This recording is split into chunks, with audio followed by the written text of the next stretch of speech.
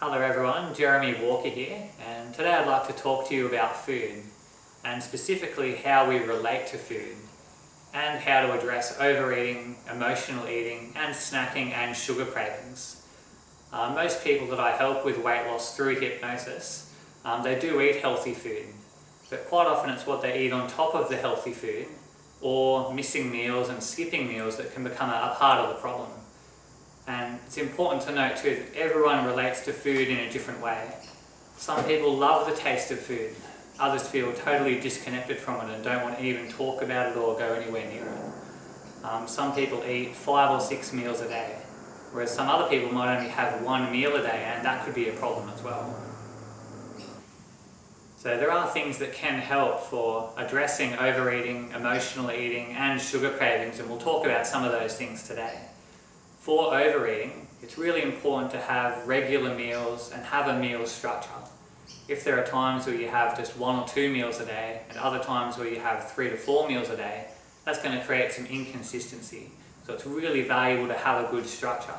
And that structure does start, not surprisingly, with breakfast.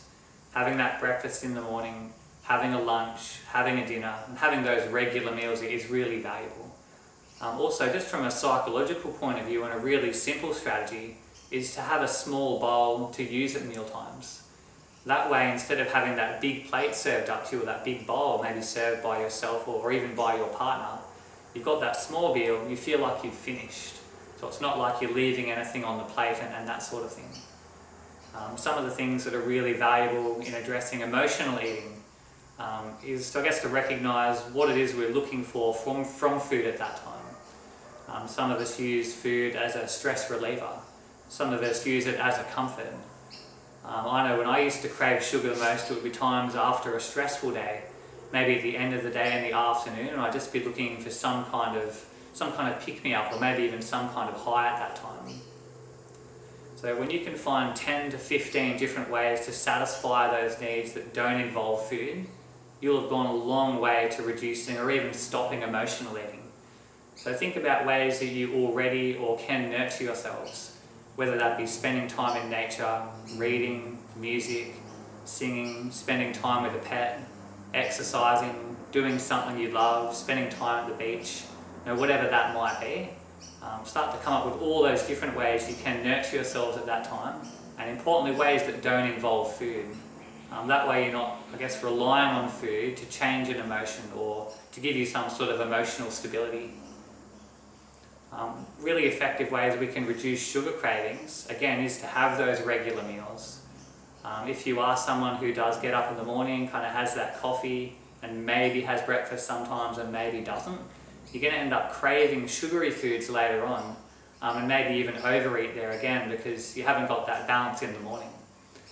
Breakfast gets the metabolism and the hormonal system off on the right foot. So again, having those regular meals is hugely valuable. If after a meal you do feel like you do get a bit of a sugar craving, which I know I still do sometimes as well, why not just cheat with an apple?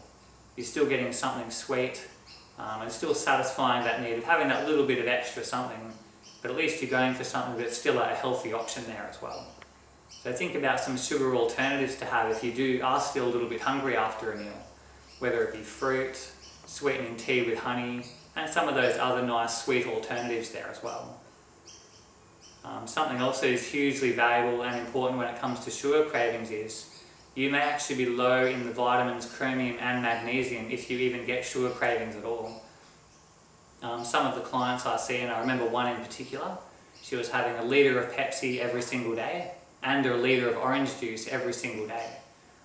Overnight she started taking magnesium and chromium vitamins, and in just 24 hours she cut that from 2 litres of sugar per day that she was consuming straight into her body, down to just 1 glass of orange juice a day, overnight, just by using those vitamins of chromium and magnesium.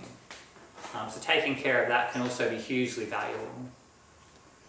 I remember there was a time a year or so ago where I had a craving for Coca-Cola, and it's not something I normally get.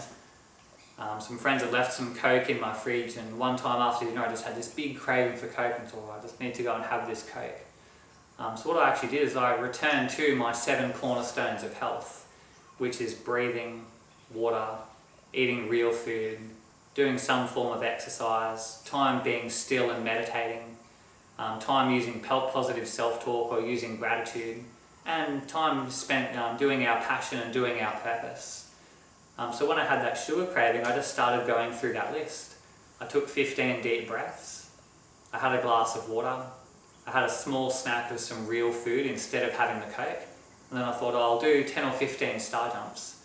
I started to do the star jumps and just started laughing and realised how ridiculous it was. And I guess it's important to note that any craving you've got for sugary foods, it might last 3, 4, maybe 5 minutes. It's something that is very transient. So by giving your body what it's really looking for, oxygen, water, real food and body movement, your body ends up getting what it's, I guess, actually needing at that time, and you don't need to turn to sugary foods, and you can use that as a great distraction.